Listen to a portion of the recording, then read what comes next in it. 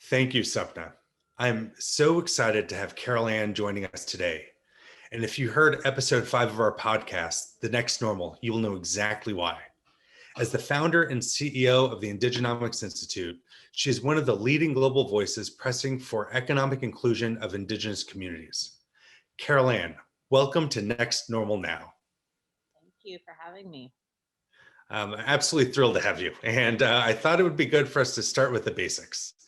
Your work is fundamentally about including the traditionally excluded, Indigenous peoples. Your term Indigenomics may still be new for many in our audience, and I was hoping you could explain a little bit about what you mean by the term. Absolutely. Thank you. So I developed the concept of Indigenomics originally on social media, and it was a way to depict this media narrative of the growing strength of stories of Indigenous business successes and challenges nationally and globally. The concept has emerged to really define economics from an Indigenous worldview.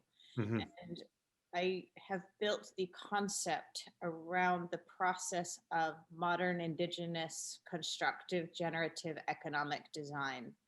And it's re-including Indigenous worldview into mainstream economics that has devalued and excluded other perspectives of what economics is and can be.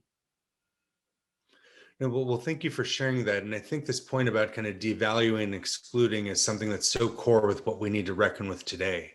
Can you talk a little bit about the economic exclusion experience of Indigenous people all around the world and how that might relate to or mirror the exclusion of other minority groups globally?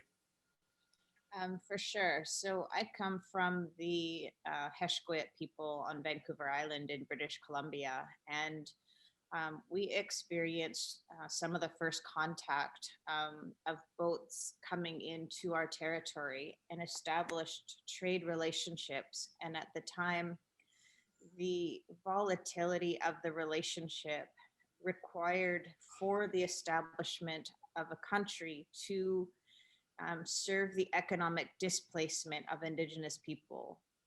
What occurred was the devaluing of Indigenous economic knowledge systems. So, in order to be able to access resources, transportation, and systems for the regulations and structures of the evolution of nationality, what had to occur was that economic displacement, economic isolation.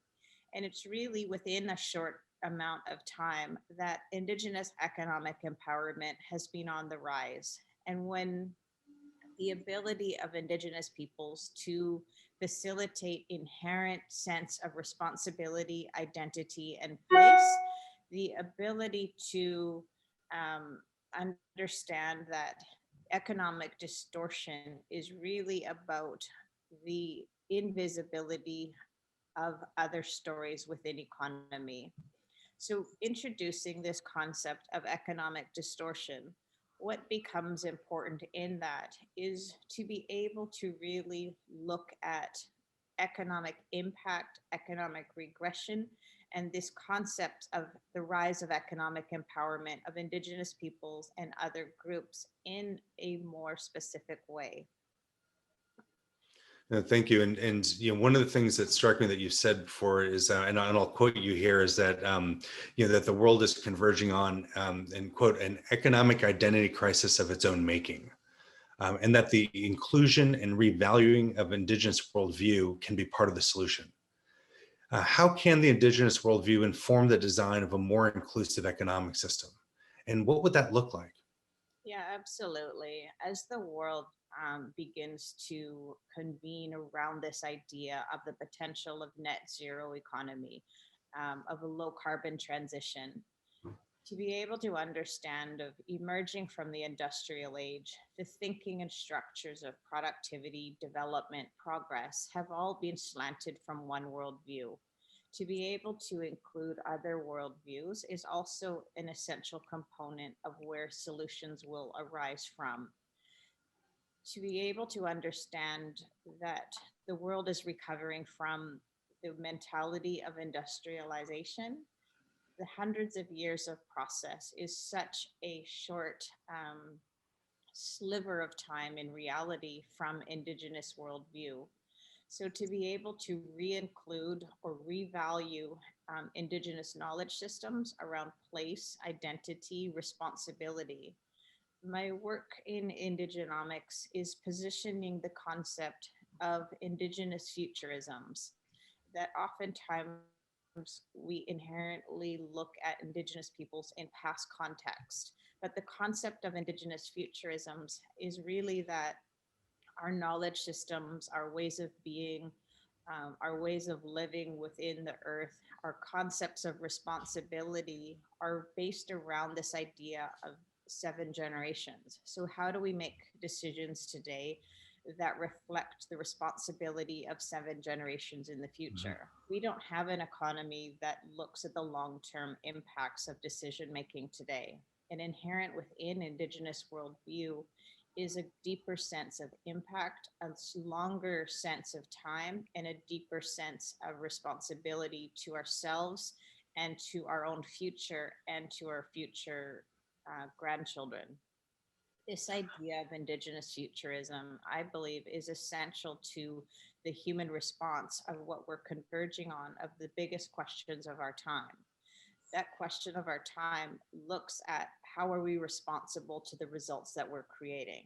And we can look at those results in numerous ways of whether that's temperature, carbon, those aspects. So responsibility of results, we recall that in my language, um, the concept of essentially everything is one and interconnected. Mhm. So this concept of tsawak, the interrelationship, the oneness of reality, that idea in itself expresses relationship. So people often ask me, what is Indigenomics? And I refer to it as relational economy. So how do we strengthen our relationship to each other, to our results, to life forms or life itself? So looking at resources rather than value creation, but shifting towards responsibility. So Mhm. some of those aspects are very transferable within what the big questions of our lifetime are as humanity itself, as we grapple with climate change and those aspects of globalization. When I want to pick up on that point, you often describe the powerful relationship that many indigenous people have with the planet. Can you tell us a little bit more about that relationship and how it influences the environmental thinking of a new, more inclusive economy? Yeah, for sure. I like this idea of this power moment where Indigenous peoples are expressing new structures and new thinking into nationality and economy. I like this idea of in Bolivia of as a primarily Indigenous driven population country that the rights of Mother Earth are embedded within the Constitution. What Mhm. has essentially caused or the outcome of that is that international mining companies have to shift the way that they relate both to the people, to the country, and to that resource. So, as a fundamental shift, understanding Indigenous worldview and its incorporation into process, into an industry or sector, and the required response. I like to, in having just written my book, Indigenomics, Taking a Seat at the Economic Table, that's very much an example of Indigenous peoples taking a seat at the economic table, taking control of an Indigenous economic agenda in a new way that ensures higher degrees of responsibility, less externalized international um, agendas, and an increased ability to facilitate responsibility.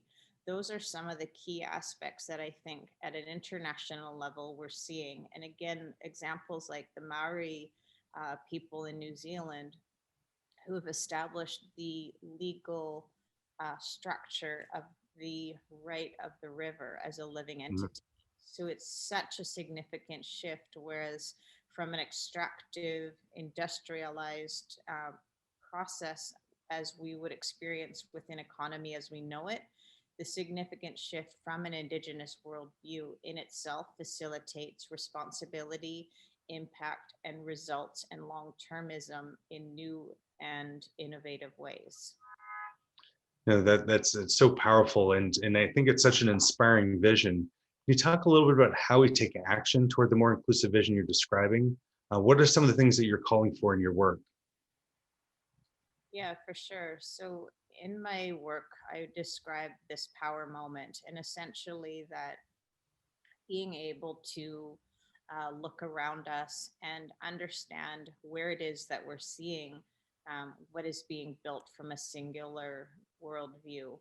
Um, when we understand this moment that's happening um, across North America of the uprising of people of otherness other than white, to realize the systems of exclusion, the systems and regulatory and structures um, of colonialism itself.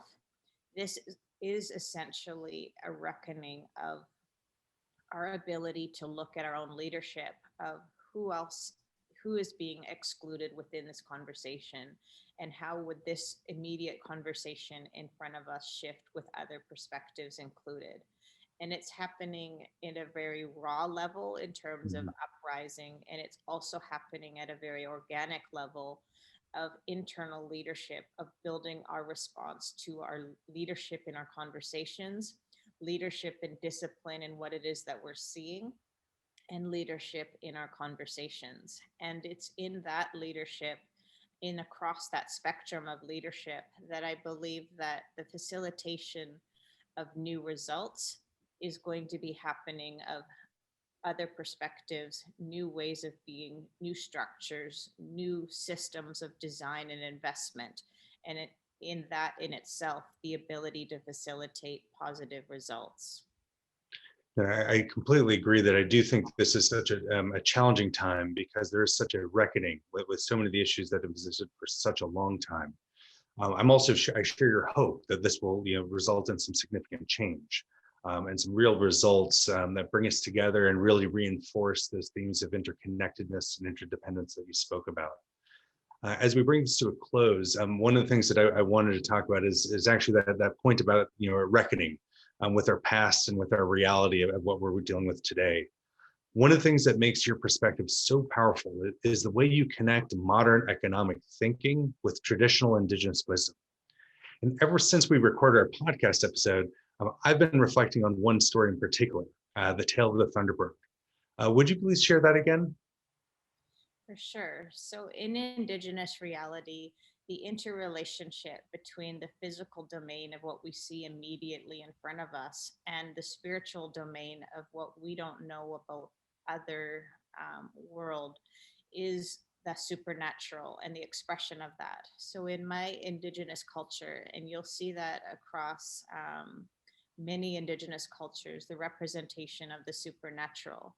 So we have a bird that lives in the other domain, that lives within the spiritual domain, and it's called a thunderbird. And the concept of the thunderbird in itself is a power domain that disrupts reality. In our tradition, the thunderbird throws down lightning and feeds on a whale. And the lightning is the interplay between the spiritual and the physical domain. In that lightning at the end, what it picks up the whale is a double-headed sea serpent. And in the representation of that double-headed sea serpent, it is described as the most gruesome and the most fearsome creature that you can ever come across. And it's gigantic and wreathing, and that if you were to ever come across this double-headed sea serpent, that essentially you have that choice that upon coming across it, you can look at it and see its double wreathing head looking at you. And in that choice, you can run away. But in that choice, if you run away, you'll run away forever. And if you choose to stay and face the double headed sea serpent, what occurs is that its double wreathing head turns into itself and it collapses into itself, and you stand in your truth forever. And I use that metaphor and representation of the choice that we have as humanity right now. We can address the choices that has gotten us here to this temperature point. We can address the choice and choose to run away in fear, or we can address what is in front of us and choose to stand in our truth. And that representation is what new truth is it that we're building.